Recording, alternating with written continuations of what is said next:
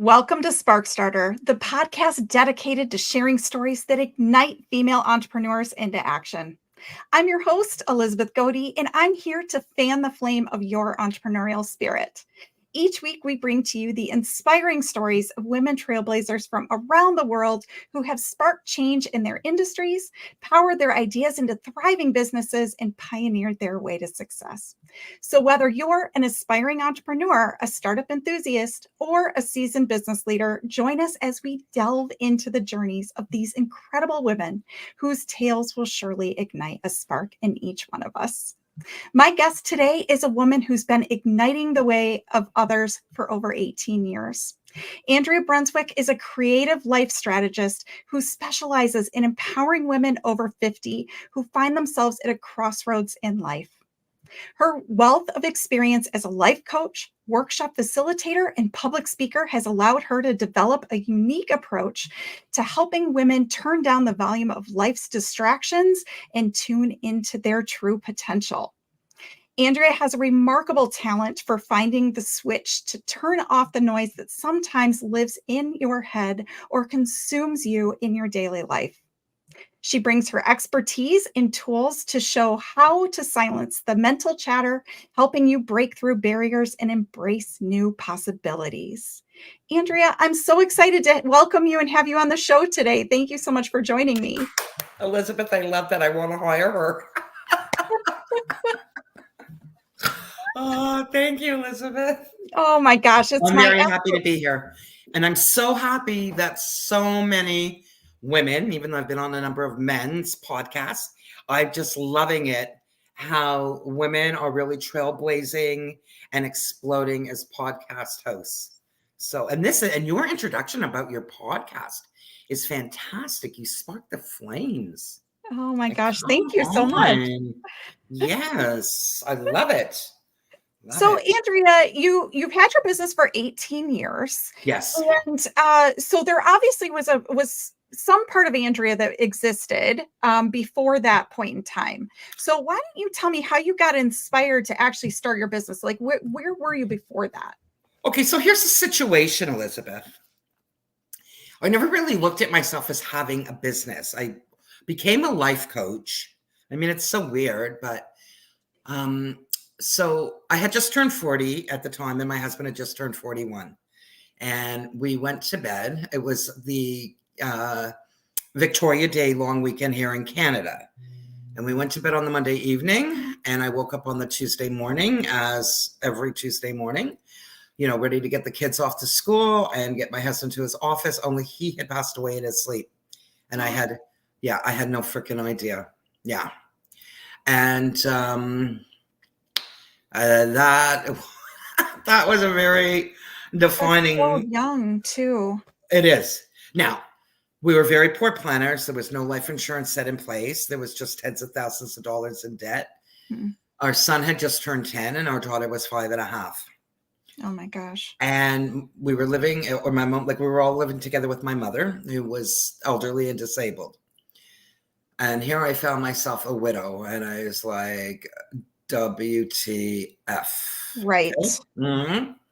You think at 40 you may be divorced. I never would have assumed that at 40 I would now be a widow, right, having to sit my children down and tell them. So in any case, I was a mess, and my son was a mess. My daughter, I guess because she was younger, the mess hadn't hit her yet. Right. So prior to that, I had been in insurance, and I was working for a friend of ours selling snowbird insurance, but it's seasonal. I just, in my very first time in my whole working career at that point, went on employment insurance. I couldn't, for the life of me, think of what I wanted to do. I felt like, who do I want to be when I grow up? I had no clue. I took the first year off. I couldn't afford to, but I needed, I couldn't financially afford to. Right. But emotionally, I needed to. Right. So I did. And then it was like, what am I going to do with the rest of my life? I didn't know. But some girlfriends had come over on a Friday night, and we were chatting and, having a couple of glasses of wine. And they said, so what are you going to do with yourself? And I said, I don't know. I said, but what I do know is I'm no longer going to market other people's products. I'm only going to market myself, but I didn't know what that meant. Like it came out of my mouth, but I had no idea what that was attached to. Okay. So now I discover the arena of life coaching, which was very new in the early 2000s. Sure. And I thought, this is a perfect fit. So you ask about my business, but for the longest time, I never really saw myself as a business. Like I knew I wanted to go into coaching because I knew I wanted to have an international business. I knew I needed to like be independent from having a boss because I needed my time and my flexibility to belong to me. Now, for many years, I had done sales and commission. So I thought I was okay with that. But building a brand, I didn't even understand what that meant. Like my first coach was like, so what's your brand? And I'm like, oh, what do you mean my brand? I don't even know what you're asking me. Well, we could have a lot of conversations about if coaches actually even understand what brands are, but that's for a different show. And I've really had to learn over these 18 plus years. It's definitely not been a smooth ride. It has brought with the challenges. It has brought up those insecurities that obviously were laying dormant in me. Right. I felt very insecure a little bit at the beginning, but I'll tell you something more in the middle when I wanted to play more online. Like, so now, it's like 2010 and Facebook and all of these things are starting to happen. And for me, this has been my experience. I went into severe comparisonitis. Yeah. Got swallowed alive by the white noise on social media. Sure. Yeah. That's been a lot of my journey. I've had to pull in and out of coaching due to things with the kids further along. And then my son went into a very bad depression from the grief. And about a year and a half after that, my daughter was crossing the street and got hit by a car. Oh my gosh. Yeah. And we were proceeding with the lawsuit. In any case, it was very hard. There was so much chaos going on in my home with my kids and with me. And I think like another nervous breakdown on my part, that I really needed to take a step back because I felt like, it was very hard on like now looking back, I can see I was unnecessarily hard on myself because I felt out of integrity as a mindset coach for women with all of this chaos going on in my own home, but especially between, I don't know if you have any children and if you, okay, well, mothers and daughters can, and when your daughter's 15, 16, it can get a little... I was that 15, 16-year-old. I know that I was not my best self. Right. And I was showing up not as my best self as the mother because, it was already overwhelming doing the whole single. I never raised my hand to be a single mother. Right. That was not my intention. I was adjusting into that. And now I felt so guilty for my son and his depression. And then, of course, there was some guilt around my daughter and this car accident. And she was suffering from post-traumatic stress. I just thought she was being a little bit of a bee. Yeah. Right. And so again, I felt out of integrity as a coach to say, hey, Elizabeth, no, you know what? I'm your coach. I can help you attain the results that you desire. I really needed to take a step back, which I did for a few years. I worked with older clients, those that came back to me because they had already known me. Right. It was like I had to show up new to a new client. And then I went back to working with developmentally challenged adults. And I was just working one-on-one with an older autistic boy. And did you do that previously in your That's career? what I did when my allergies. When I graduated from high school and I went to college, that's what, back in the day, Elizabeth, in the 80s, a lot of things were politically correct. And you could then use the term mentally retarded. Right. And I was to be a social worker for intellectually and developmentally challenged adults and children. So I kind of leaned back into that. I did that for a few years. Were you actually still doing that job on sort of the faithful? massive change in your life, when you lost your husband. So you were basically doing that, and you wake up literally in the morning, your entire world has changed. Yeah. And so then, I mean, I think a lot of people listening would say you only had to take a year to sort of start to pivot this. And then, like there were some other I mean, I think that anyone listening to this story would be like, hey, like the fact that you figured your way out, you figured out how to actually create this business. I think a lot of people would be, giving you big hugs and patting you on the back and saying, wow, good on you. Because I think that, I don't know, I can't even imagine being in that situation, to be honest with you, Andrea. Yeah, thank you. Thank you. I appreciate that. Yeah, the pivots and the transitions, and even, here's one for you. When I was going for so 2004, I started to become certified as a life coach. And now it's 2006. And in the course that I'm taking, we needed to do, back then, there was no Skype. It was Right. conference lines. Yeah. And we needed to partner up with people in the program and do a teleseminar. And at this point, my mother was in the hospital on life support.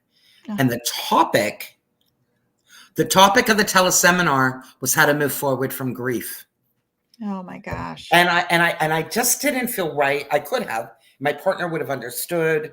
The instructors in the program would have but I needed for me to be able to show up and do it. And I did. And literally 2 days later, we ended up taking my mother off of life support. So I will be hard on myself, and I appreciate the kindness and your kind words that you gave to me. But it was so hard as women. I don't know if men are as hard on themselves as women are, but as women, it's like we've got our purse or pocketbook, as you Americans like to call it, in one hand, and we've got the baseball bat in the other, and we're so throughout. I think it's an interesting thing. My husband, I can only say for the men in my life that I'm surrounded with, but the men that I'm surrounded with in my life always talk about it as they are able to compartmentalize. Right. And I think it's interesting because they have like an on-off switch that they can flip, right? They literally, like, again, this is just from the focus group of the people that I'm surrounded by, but they are able to sort of like, even, like when you do the clean sweep of your house and companies coming and you have that closet or that room that you just put everything in, you close the door and it's like, it doesn't exist. And, it's put away. And I think as women, unlike maybe somebody else who can shut that door and pretend that there's nothing behind there, we're actually taking a mental inventory of everything in that door. Right. Oh, I love that. And then we keep opening it up and like checking out what's going on there. So I think that we are a little bit different from that perspective. I mean, there are times when I'm like, I wish I could compartmentalize and like just forget about some things for a while. Just not who I am, for sure. Oh my God, but I love that metaphor that you use. And that is very, very true. And I believe that that's probably what I was doing. It's funny because of this first 6 years of being a coach were referral only. Mm-hmm. I think 2005 was my first website. Then I moved on to like my 7th. And now this time I didn't even renew my domain or my hosting. I was like, I don't even know about this website thing. It's more annoying than anything else. Oh my gosh, you just lost all your domain authority. But anyway, go on. I know. It's happened to me in the past. And then they wanted me to pay some astronomical amount because it'll go to domain jail. Yeah. And then when they see that you're not biting at the bits for it, they release it. Yeah. I think there was a reason, like I just wanted to just let it go. Sure.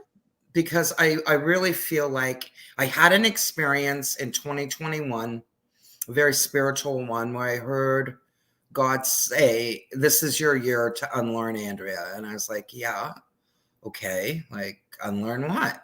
Well, he quickly showed me what he wanted me to unlearn. I was very much in the personal development, new age spirituality. Those were the lanes in which I was hard in. I had been hard in that for decades at that point.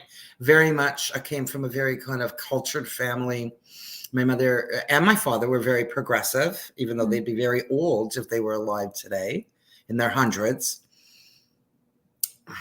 But I got to tell you, God got a hold of me, and he had a whole different plan for me. And I've really abandoned ship on those.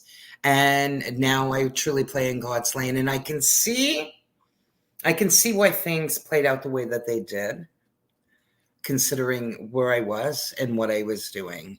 So I've had to take some time off. He spoke to me again. I heard him in 2023. He said, Andrea, I want you to rest and want you to rest, because my issues along the way have been trusting myself, having that faith in myself. Because when you're new, personal development and new age spirituality is really all about self. Right. You put it on the self. Right. So everything was from my own efforts. And there were times where I was exhausted. Because even though God has always been a natural part for me, it wasn't, there wasn't me understanding his nature and his character and relying on and leaning in on and placing my belief and my trust in him. Now that has brought a whole different shift to me, because now it's not placed just on Andrea, right? It's not about my own efforts and me doing everything on my own. Now, in my business, because life coaching is a very independent way to work, especially when you don't have clients. It is. Right? And there was a lot of things that, I'm not techie, and there's a lot of technical things. And the great thing is you can farm things out. Those things that we don't like to do, you can get a virtual assistant. Right. Oh, yeah. And Andrea, you can now use artificial intelligence also. Do you use it? I'm curious. Do you use it? Oh my gosh, I'm an expert in artificial intelligence. I've been using it I've been working in it since 2012. Get out of here. Yeah. Okay, because I'm a little bit afraid of it. Oh my gosh. Well, so I spend a lot of time actually educating specifically women on artificial intelligence, mainly because it's all these things that we talked about with the things in the room. We're the gatekeepers of our families. We are naturally more emotionally intelligent, like just naturally we come by that. And we also are naturally, because of that, we're naturally more skeptical. And so I spend a lot of time educating women on the ethical ways to use it, ethical tools to use. But more importantly, it's also making sure that you understand that it's not scary when you use it the right way. Really? Yeah. Because it makes the content creation, which for the coaching industry, is, I kept saying, like, man, well, if you do it right. I mean, it's like there's a way that you do it where it sounds generic like everyone else. And then there's the way that you do it where it actually sounds like you. And, it's one of those things where if we as women are using these tools, we've even just in this very short time that we've been together today, we've talked about how much differently we think.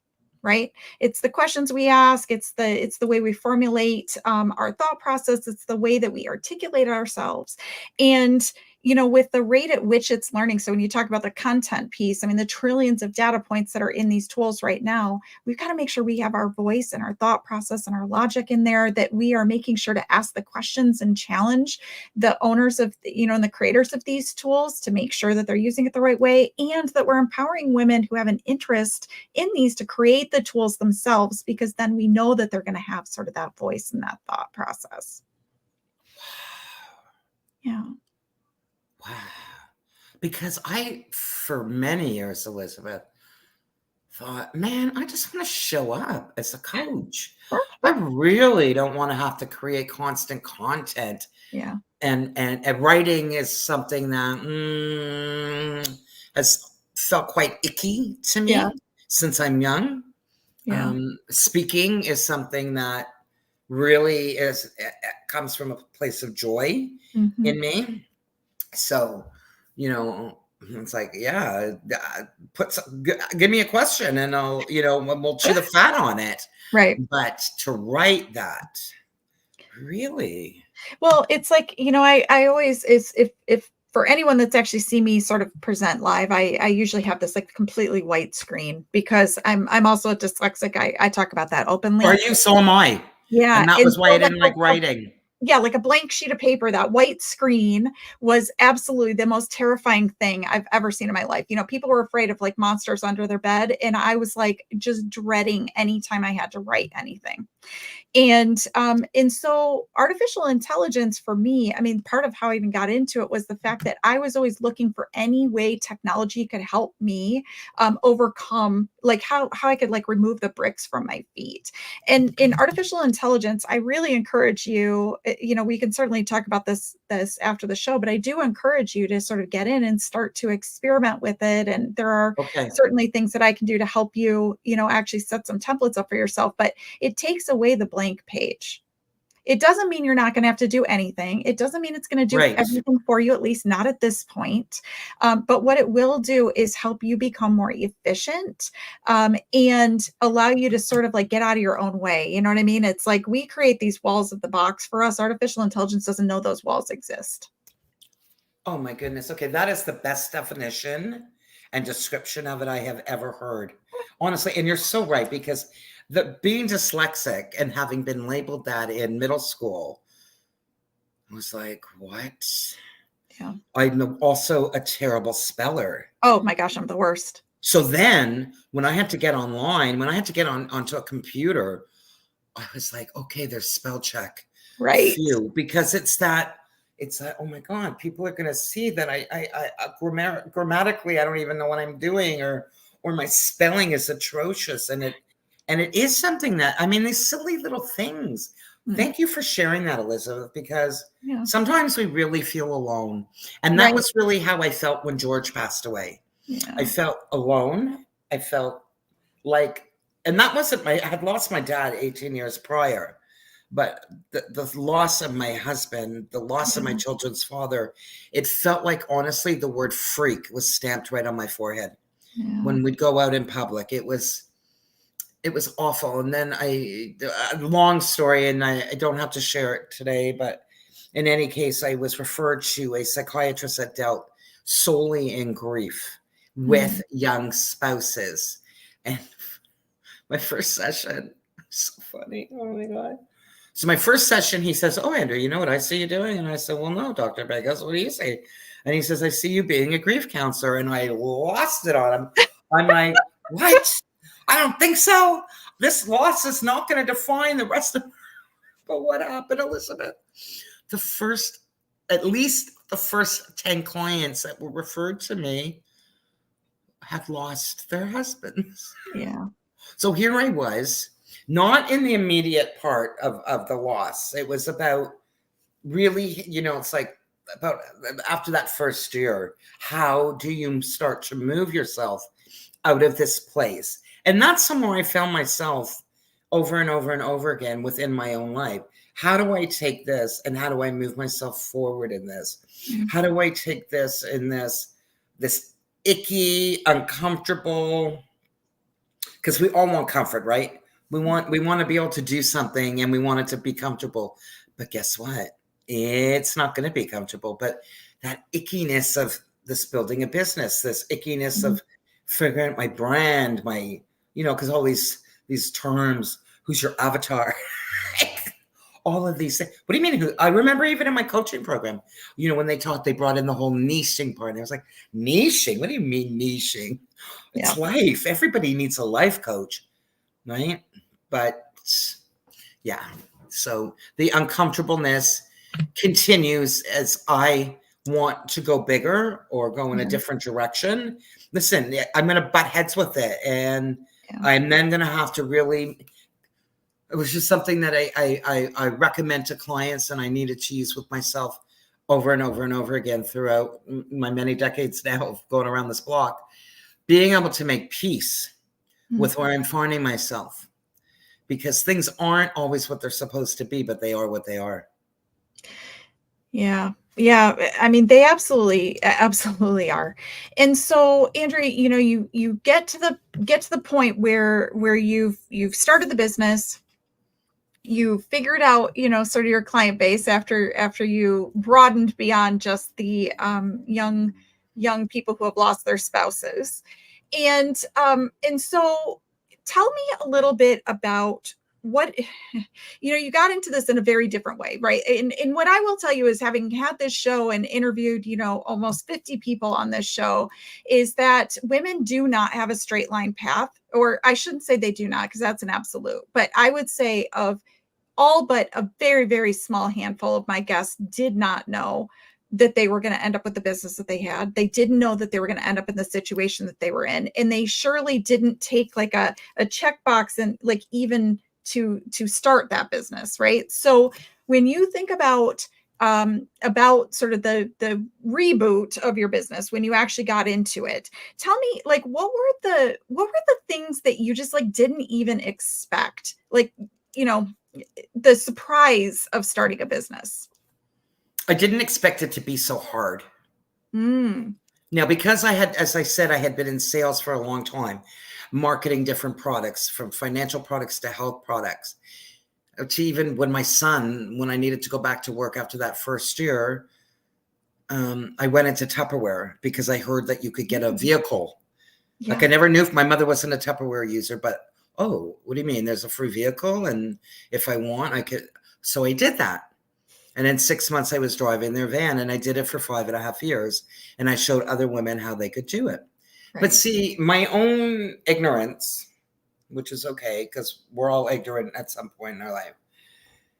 Tupperware built its brand. So it didn't matter if I took a shift at a home show or in a mall, the brand was recognizable. Correct. Right?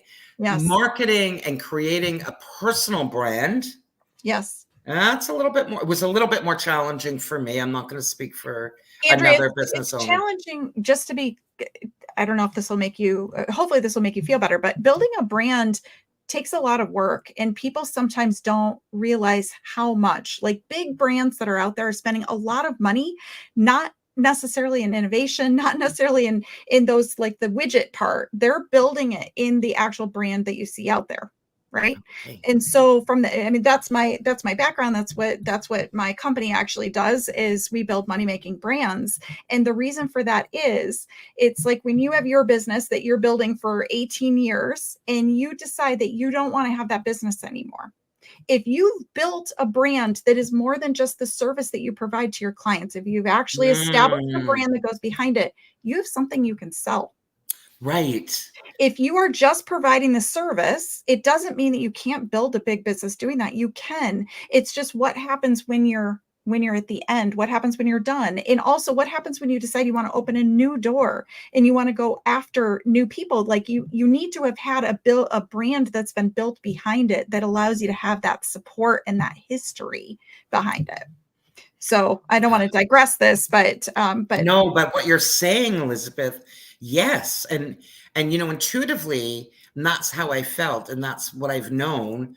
Have I accomplished that? Absolutely not. Because, and I've watched the coaching industry alone, my industry, the landscape of it just dramatically, from when I got in, when I started getting my certification, to even 10 years into it, to 15 years into it, it has shift. I mean, first of all, there was a period of time where anybody because it's not mandated, and being certified was not a requirement. So what you were seeing was anybody and everybody calling themselves a coach. Sure. What I did notice, and I can understand why they did that, was if you go online, let's face it, there's a coach for a coach. Yes. Everybody wants to be the coach for the coach, and a marketing coach and social media coach, and right. Very few life coaches. Yeah. Because from my experience, what I found challenging was in that messaging to that individual about being able to guarantee you, Elizabeth, a result by working with me. I can show you testimonials of past clients, but I don't know you're doing your work for you. And it's a very intimate relationship. And part of my own resistance, as I watched within my industry, was creating digital products. I was always like, But how do people I mean, even though I have to self-coach myself every day, but I am a coach, and I've studied psychology and abnormal psychology and sociology, and I have that, and I'm constantly kind of educating myself. Hmm. But how do I create this product that you, Elizabeth, are going to purchase and Right. have success with? Again, maybe I hold myself to this unnecessary, unrealistic standard. Yeah, I think your product, though, is really, it's the system in which you provide the service. What do you mean by that? Well, for you to be a life coach, there are certain milestones and process and that you go through that you Yes. probably have your own method, right? It's your own style of Oh, questions, yes, it's your yes, own type of yes. action, etc. That's that thing. Like that's the piece Okay. for you. And so I think that from a business perspective, sometimes we take for granted our IP or our intellectual property that actually goes in for us to be able to do the work that we do. But if you actually look at what's the repeatable thing that you do over and over and over again, that's the value, right? Like that's your that's what that piece is. And so when we think about sort of having that business and sort of talking about like how do you figure out where the assets reside, how do you think about what Yes. the value is of the business, what do you think has been like the biggest positive to you having your own business? Well, it's allowed me to be independent. Mm. It's allowed me to meet phenomenal people from all over the world. And it's given me that time freedom, because as I said at the beginning of this, that was something that I really needed. I needed to be able to earn money, but have that time. Of course, we all want that money, time freedom. Let's face it. I haven't always had the money freedom, but it's always enabled me that time freedom. So as my kids, as I was explaining earlier, when they were going through their challenges, or when I needed to take my daughter now to the lawyer appointments or the doctor's appointments for that lawsuit, I wasn't needing to call a boss. And the reason why I did it also, again, was Ryan was 10. Yeah. And he was very affected by the loss of his father. And I didn't want him to feel any pressure if he was at school, or it was the summer and he was at day camp and he was just having a panic attack or an anxiety attack, to now even feel worse about having to call mommy who's at work. Yeah. So it allowed me to have that and to be able to be with my kids and to be home with them when they needed me to be home. It also allowed me to get out of the house when I needed to get out of the house. And coaching, because I did it. There were so many wonderful things of why I said yes. One, it felt like like it was tailored fit for me. But I didn't need to now incur expense for an office. Right. Because it's a virtual business. So I didn't need to now rent an office space. So those were the beautiful things. And those still are. Have a laptop, have internet, and you can work from anywhere. And it's brought me here in front of you. And it's taking me, I think my business has grown and my niche has grown as I've grown. So now, who am I working with? Now I'm really working with that woman 50 and over, because I really understand her. Right. She's my friends. Right. She's me. She's the women that I connect with online, the one that had the dreams and the goals. And you get to that stage and guess what? Life had a whole different plan for you. And that can be devastating. Yeah. So you talk about it as finding the switch. Yes. So why don't you talk a little bit more about what that is, what that looks like? Okay. So I like to say, and I could have heard it somewhere along the way in my travels, but between our two ears, it's a battleground. It is a war zone up here. And we're constantly grabbing that habitual thought, that habitual belief about ourselves. And until we dismantle, it's like, you've got to knock the shit out of it. Like, let's just create as much rubble and clean it up, but we can't leave it empty Mm. because we need to replace it. Because again, there's that expression, an idle mind is the devil's workshop, and that could not be further from the truth. So if we don't want all that negative coming back, well, now we need to replace it. We need to understand that if we don't understand the way our brain functions, that it's through our thoughts, and those thoughts that we take and we grab will now be attached to a specific emotion and a feeling, which will then equal the result that we're going to receive.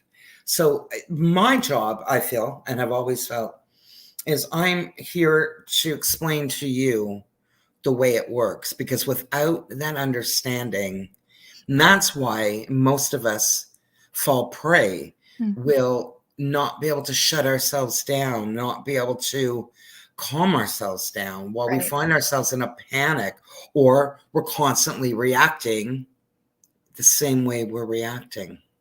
Right. Did I answer? Yeah, I think you did. You did. And so what are the types of sort of services that people could have with you? Is it just one-on-one coaching, or is there? Right now, yes. Right now, it's just one-on-one coaching. I just actually created a brand new offer. It's called the Emotional Blueprint. Well, sorry, no, it's the Emotional Freedom Blueprint, and it's 12 weeks of working with me. And I'm gonna work with you, Elizabeth. You recognize this in me, and I'm so grateful that you did. I've never been able to be a cookie cutter kind of coach and put things down, because you are not a cookie cutter woman. You're going to come to me with your own set of circumstances. Your reason for coaching with me may be different than another client's reason, or could be very similar. I mean, as humans, we have our similarities, but the way I'm going to work with you and the assignments I'm going to give to you are specific to the results that Elizabeth wants to receive. So really, at the beginning, it's about me understanding you and getting the background. And then we're both the explorers, like Jacques Cousteau. We're the explorers of Elizabeth's life. And and more than me, Elizabeth needs to really understand the story that you've been telling. What's that narrative? What are the beliefs that are false? Whose beliefs are they? Were they your great-great-great-great-grandmother who passed it down through your lineage?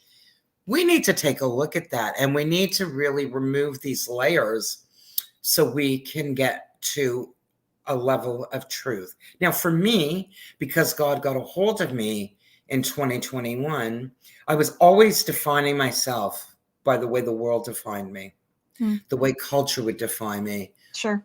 Now I define myself through my identity as in Jesus Christ and the way God sees me. And that has been freeing to me. Now, not all of my clients are Christian, and that doesn't matter. It makes no difference.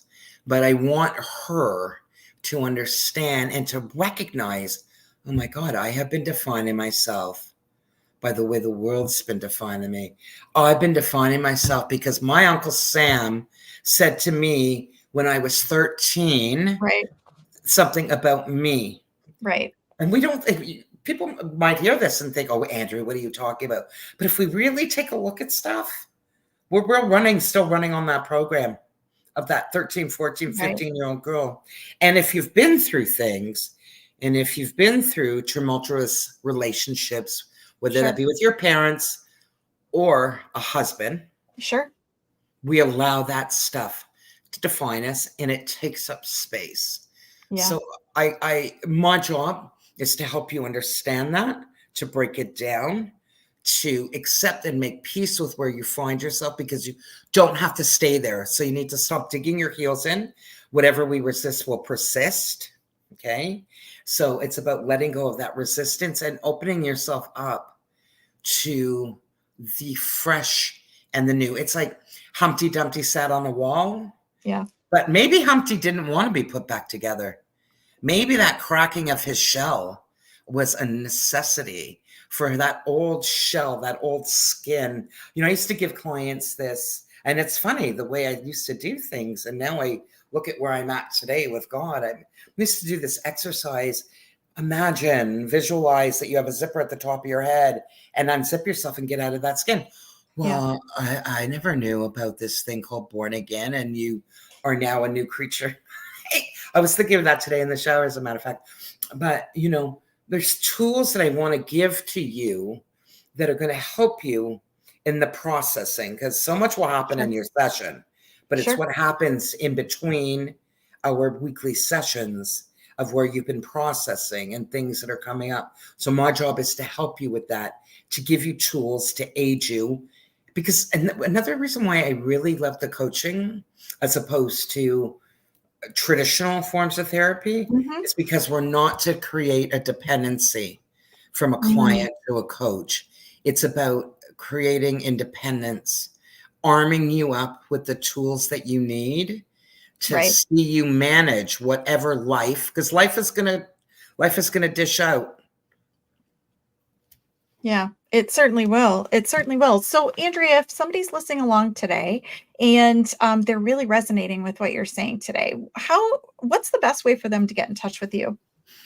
So you can reach me in a few different ways. So my email address is andreajuliabrunswick@gmail.com. I just used that one the other day. I never give up my email address, but the person said, "Hey, what's your email address?" I'm like, "Oh, yes." And then, of course, on social media. So on LinkedIn and on Instagram, it's Andrea Brunswick. And on Facebook, it's Andrea Julia Brunswick. Send me a DM, request a friendship, send me an email. And those are the ways that you can reach me. I'm going to send you the link for the 30-minute breakthrough. So Andrea has offered each of you that are listening today, the podcast, the option for a 30-minute breakthrough session with her, which is really quite an incredible offer. So that's very generous of you, Andrea. And so much can get done, Elizabeth, in 30 minutes. Like a lot. You might not have an enormous breakthrough, but that one thing that you've been not understanding, that clarity that you've been just racking your brain over, really could come to you. And when that stuff like that happens, it's like you've honestly handed me some beautiful gifts today, Elizabeth, and allowed me to feel freer to now explore artificial intelligence so that it can even help me when I'm formatting my offer and I want to put it out there in this online space that seems to feel very critical. So yes, I'm going to send you the link for that 30-minute breakthrough session. And I encourage every woman to take advantage of it. There's no obligation, and it is not a sales call. It's all about her and what she's going to bring to the table. Yeah. Well, that's really, really quite incredible. And then, Andrea, this is a question that I ask every single one of my my guests, which is, if you had one word or a short phrase that could inspire a woman to start a business or to grow her business, what would that be?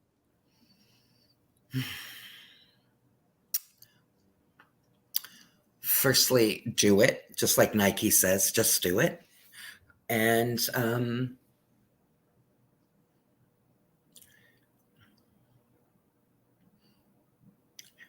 it's going to challenge you. And if it doesn't, you're probably not doing it right. Yeah. And if it does, hard enough. and if it does, that's a good thing. But support yourself. And what I mean by that is get the support that you need. Get the support that you need. Find a business bestie. Join a networking, a networking community that supports your growth, that you're there to support the other women's growths. And buddy up, especially if it's a business such as coaching, where it's a very isolated industry. Yeah. You don't have to go it alone. There might be times where you're going to regret having made that decision, but honestly, you won't really regret it. There's a reason why, if you're thinking about it, if you're even entertaining it on the slightest level, do it. You're going to listen. Oh, I do say this. Watch who you speak to. Watch what you share and whom you share with. because you will not get that support that you're hoping to get from those that you're very close with, that they really do love you, but they're not going to be supportive and they will shut you down, and don't allow that. Yeah. I hope I answered. Yeah, you did. Thank you so much. Thank you Yeah. so much, Andrea. I really appreciate you being here today. I thank each and every one of our listeners who have joined us on the Spark Starter podcast today.